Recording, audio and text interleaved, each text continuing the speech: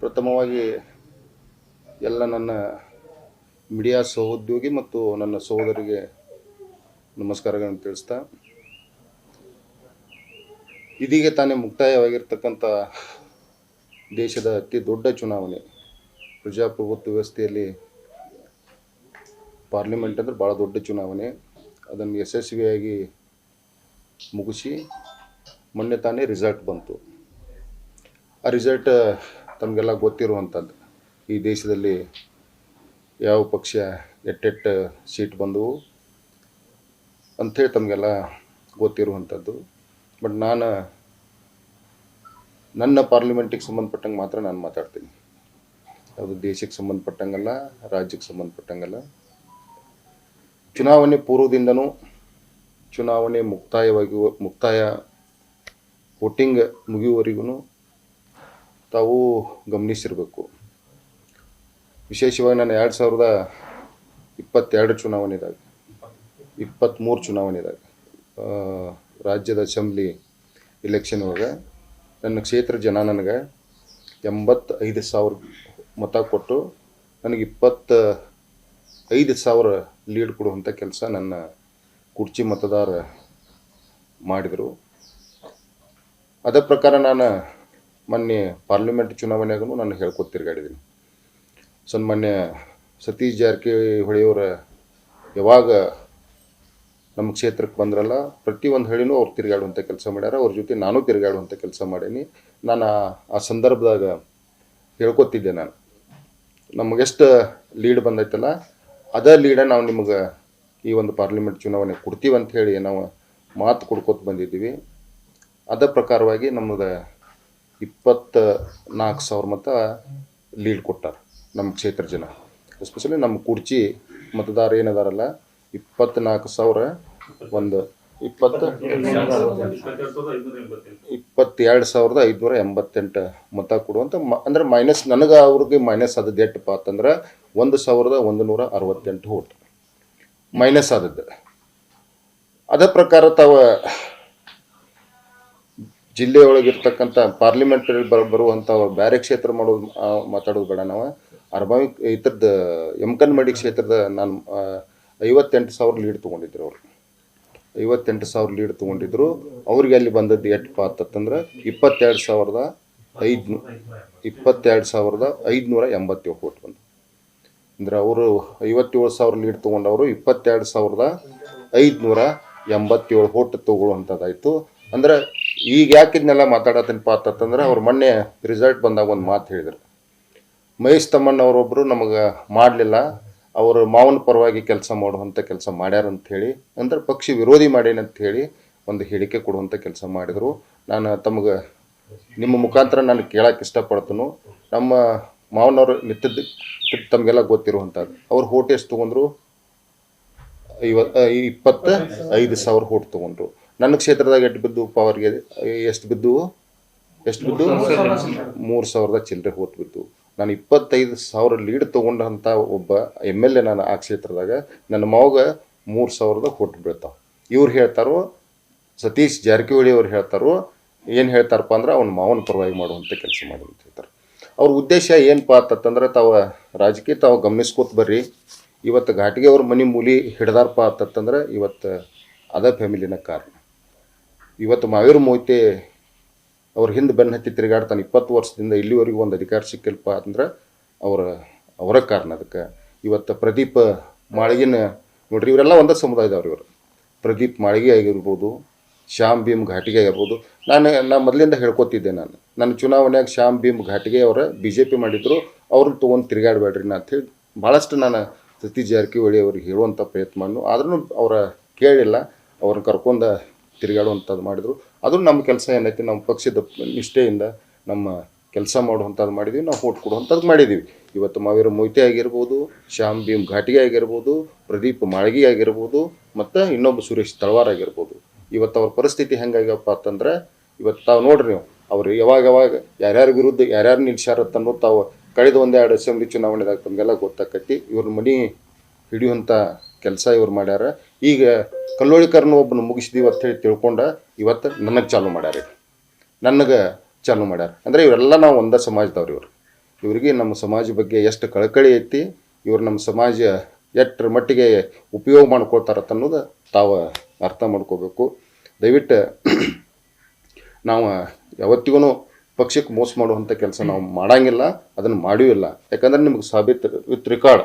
ಇವತ್ತು ಕಲ್ಲೋಳಿಕರ್ ಸಾಹೇಬ್ರು ಎಷ್ಟು ಹೊಟ್ಟು ತೊಗೊಂಡಾರಪ್ಪ ನಮ್ಮ ಕ್ಷೇತ್ರದಾಗ 3,000 ಹೊಟ್ಟು ತೊಗೋತಾರೆ. ನಾವು MLA ಆಗಿ ನಾನು ಉಲ್ಟಾನ ಮಾಡೋದಾಗಿದ್ರೆ ನನಗೆ ಒಂದು 20,000 ಹೊಟ್ಟು ಹಾಕಿದ್ದಿಲ್ಲ, ಹಾಕಿತ್ತು ನನಗೆ. ನಾನು ಮಾಡಬೇಕಾಗಿದ್ರೆ ನಾನು 20,000 ಹೊಟ್ಟು 100ಕ್ಕೆ 100 ಹಾಕಿಸ್ತಿದ್ನು. ಅದನ್ನು ಅಂಥ ಕೆಲಸ ಮಾಡೋಂಗಿಲ್ಲ. ದಯವಿಟ್ಟು ಸತೀಶ್ ಜಾರಕಿಹೊಳಿ ಸಾಹೇಬರು ಭಾಳ ದೊಡ್ಡ ಲೀಡ್ರುಗಳದಾರು. ಇಂಥ ಹೇಳಿಕೆ ಯಾಕೆ ಅವ್ರ ಬಾಯಾಗಿಂದ ಬತ್ತಂತನ್ನೋದು ನನಗೆ ಗೊತ್ತಿಲ್ಲ. ನಾವಂತೂ ಭಾಳ ಪ್ರಾಮಾಣಿಕಲೆ ಮಾಡಿದ್ದೀವಿ. ಅವರ ತಮ್ಮ ಹೇಳಿಕೆ ಹೆಂಗೆ ಕೊಟ್ಟಾರೋ, ಏನು ಯಾರ ಮಾತು ಕೇಳಿ ಕೊಟ್ಟಾರೋ ನನಗೆ ಗೊತ್ತಿಲ್ಲ. ಅದಕ್ಕೆ ಬರುವಂಥ ದಿನಮಾನದಾಗ ಸತೀಶ್ ಜಾರಕಿಹೊಳಿ ಸಾಹೇಬ್ರು ನಾನು ಏನು ಹೇಳೋಕ್ಕಾಗಿಲ್ಲ, ಜಾಸ್ತಿ ಹೇಳಕ್ಕೂ ಹೋಗಂಗಿಲ್ಲ. ಅವರ ಭಾಳ ದೊಡ್ಡ ಲೀಡ್ರ್ ಅದಾರ, ನಮ್ಮ ಜಿಲ್ಲಾದಾಗನ ಭಾಳ ದೊಡ್ಡ ಲೀಡ್ರ್ ಅದಾರ. ಬರುವಂಥ ಚುನಾವಣೆದಾಗ ತಾಲೂಕ್ ಪಂಚಾಯತಿ, ಜಿಲ್ಲಾ ಪಂಚಾಯತಿ ಬರ್ತಾವೆ. ನಾವು ನಮ್ಮ ಶಕ್ತಿ ಮೀರಿ ನಮ್ಮ ಕ್ಷೇತ್ರದಾಗ ಪ್ರಾಮಾಣಿಕಲೆ ನಮ್ಮ ಪಕ್ಷ ತರುವಂಥ ಕೆಲಸ ಮಾಡ್ತೀವಿ. ಅವರು ಜಿಲ್ಲಾ ನಾಯಕರದಾರು.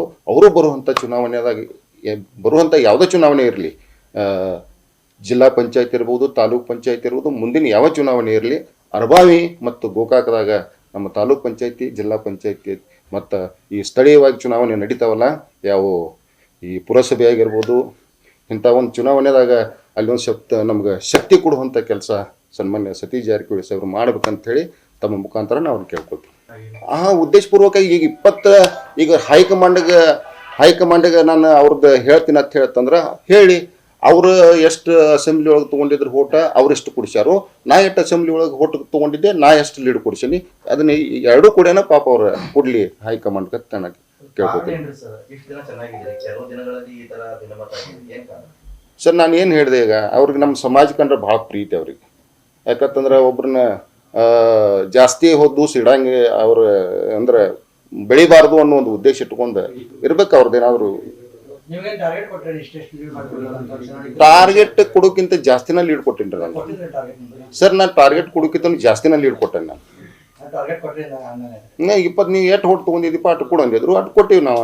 ಏನೋ ಒಂದು ಸ್ವಲ್ಪ 1,168 ಹೊಟ್ಟು ಅಷ್ಟೇ ಮೈನಸ್ ಆಗಿತ್ತು ನನಗೆ.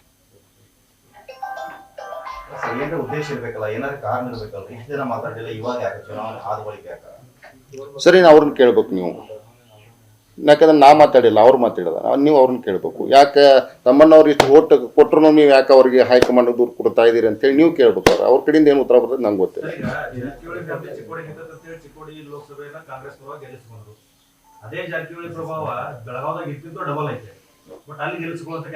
ಸರ್ ನಾನು ಚಿಕ್ಕೋಡಿ ಪಾರ್ಲಿಮೆಂಟಿಗೆ ಸಂಬಂಧಪಟ್ಟಂಗೆ ಮಾತ್ರ ಮಾತಾಡ್ತೀನಿ.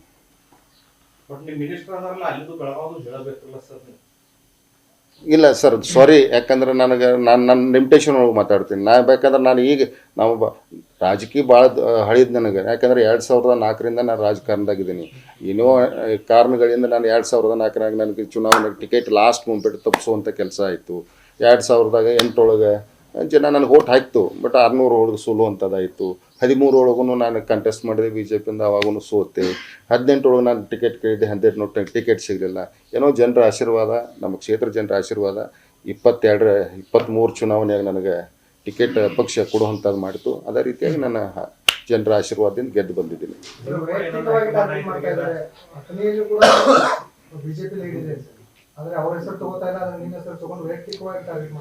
ಸರ್ ನಂದು ಕ್ಲಿಯರ್ ಆಗಿ ನಾನು ಹೇಳೇನಿ, ನಮ್ಮನ್ನು ತುಳಿಯುವಂಥ ಕೆಲಸ ಅವ್ರು ಮಾಡತ್ತಾರ ಅಂತ ಹೇಳತ್ತೀನಿ ನಾನು. ಯಾಕಂದರೆ ನಮ್ಮ ಹಿಂದಿನ ಸಮಾಜದವ್ರನ್ನೆಲ್ಲರನ್ನೂ ನಾನು ಹೇಳಿದೆ. ಇವತ್ತು ಈಗ ಅವ್ರ ಪರಿಸ್ಥಿತಿ, ಮಾವೇರು ಮೋತಿನ ಪರಿಸ್ಥಿತಿ ಪಾಪ ಯಾವ ಮಟ್ಟಿಗೆ ತೊಗೊಂಡು ಬಂದ್ರಪ್ಪ ಇವ್ರತ್ತಂದ್ರೆ, ಇವತ್ತು ಸ್ವತಃ ಸ್ಟೇಜ್ ಮ್ಯಾಗ ಹೇಳಿಸ್ತಾರೆ ಅವ್ರನ್ನ, ನಾವು ಮುಂದಿನ ಚುನಾವಣೆಗೆ ನಾನು ನಿಲ್ಲಂಗಿಲ್ಲ ಅಂತ ಹೇಳಿ ಹೇಳ್ತಾರೆ. ಪಾಪ ಆ ವ್ಯಕ್ತಿ ಮಾನಸಿಕತೆ ಎಟ್ಟೆ ಇದನ್ನ ಆಗಿರ್ಬೇಕು ಹೇಳ್ರಿ ನೋಡೋಣ. 2 ಸಲ ಕಂಟೆಸ್ಟ್ ಮಾಡಿದವ, ಪಾಪ ತಿರುಗಾಡಿದವ. ಈ ಕ್ಷೇತ್ರದಾಗ ಎಷ್ಟಾಗಲಿ ರಾಯಬಾಗ್ ಕ್ಷೇತ್ರದಾಗ ಆದಂಥ ಒಂದು ಇದನ್ನ ಇಟ್ಕೊಂಡು ತಿರುಗಾಡಕತ್ತಿದ್ದ. ಮತ್ತು ಇವ್ರು ಬೆಳೆಸ್ಬೇಕಾಗಿತ್ತು ಅಂದ್ರೆ ಹೇಳಿಕೆ ಯಾಕೆ ಕೊಡಿಸ್ತಿದ್ರು ಇವರು? ಸರ್ ನನಗೆ ಅವಶ್ಯಕತೆ ಏನೈತಿ? ನನ್ನ ಕ್ಷೇತ್ರದಾಗ ನಾನು ಎಷ್ಟು ಲೀಡ್ ತೊಗೊಂಡು ಬರ್ಬೇಕು ಅಷ್ಟು ಲೀಡ್ ಸಿಕ್ಕೈತಿ ನನಗೆ. ಈಗ ಒಬ್ಬ MLA ಆದವನ ಮ್ಯಾಗ ಆರೋಪ ಮಾಡ್ಬೇಕಂತಂದ್ರೆ ರಿಕಾರ್ಡ್ ಬೇಕಾದ್ರೆ. ಈಗ ಓಟ್ ಕಡಿಮೆ ಬಂದವಪ್ಪ ಅಂತಂದ್ರೆ ಅವ್ರು ನನಗೇನಾದರೂ ಹೇಳಬೇಕು, ನನಗೆ ಕೇಳಬೇಕು, ಯಾಕೆ ಆಗಲಿಲ್ಲಪ್ಪ ಅಂತ ಕೇಳಬೇಕು. ನನಗೆ ಕೊಟ್ಟೆ ನಮ್ಮ ಕ್ಷೇತ್ರ ಜನ 22,000 ಲೀಡ್ ಕೊಟ್ಟಾರೆ. ಅದನ್ನು ನನ್ನ ಹೈಕಮಾಂಡ್ಗೆ ಹೇಳುವಂಥ ಅವಶ್ಯಕತೆಯೂ ಏನಿಲ್ಲ ನನಗೆ ಏನು ಕೇಳೋರು ಹೇಳ್ರಿ ನೋಡು ನಾನು ಹೈಕಮಾಂಡ್ ಏನು ಕೇಳ್ತೈತೆ ನನ್ನ ಮೈನಸ್ ಆದ್ರೆ ಕೇಳ್ಬೇಕಾ ಕಮ್ಮಿ ಆದ್ರೆ ಕೇಳ್ಬೇಕಾ ನಾ 22,000 ಲೀಡ ಕೊಟ್ಟಿವಲ್ಲ ನಮ್ಮ ಕ್ಷೇತ್ರ ಜನ 22,000 ಲೀಡ್ ಕೊಟ್ಟಾರೆ. ಏನಿಲ್ಲ ಅವರು ಮೊದಲಿಂದನೂ ಅವ್ರ ಸಿಸ್ಟಮ್ ರಾಜಕಾರಣ ನನಗೇನು ಗೊತ್ತಿಲ್ಲ. ನಾನು ಅವರಾಗೆ ಸ್ವತಃ ನನಗೆ ಹೇಳಿದ್ರು ನಿನ್ನೆ ಚುನಾವಣೆದಾಗ ಇವ್ರು ಮಾಡಿಲ್ಲ ಘಾಟಿಗೆ ಅವ್ರು ಮಾಡಿಲ್ಲ ಅಂತ ಹೇಳಿದರು. ಮತ್ತಿನ್ನು ಬಂದಾಗ ಅವ್ರನ್ನ ಕರ್ಕೊಂಡು ತಿರುಗಾಡುವಂಥ ಕೆಲಸ ಮೊದಲಿಂದನೂ ಮಾಡ್ತಾರೆ, ಈಗೂ ಮಾಡ್ತಾರೆ ಅವರು. ಅದು ಎದಕ್ಕೂ ನನಗೆ ಗೊತ್ತಿಲ್ಲ.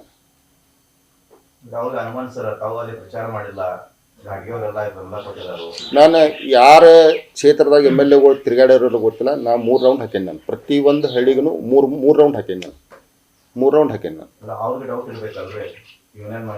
ಮತ್ತು ಡೌಟ್ ಅಂದರೆ ಹೋಟ್ ಹೆಂಗೆ ಬಿದ್ದು ರೀ ಘಾಟಿಗೆ ಅವ್ರು ಎಷ್ಟು ಲೀಡ್ಲೆ ಬಿದ್ದಾರೆ ಹೋದ್ ಸರ ಏನಂತ್ರಿ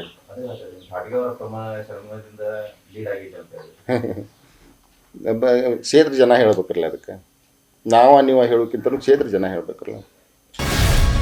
ಗ್ಯಾರಂಟಿ ನ್ಯೂಸ್, ಸುದ್ದಿ ಖಚಿತ, ನ್ಯಾಯ ನಿಶ್ಚಿತ.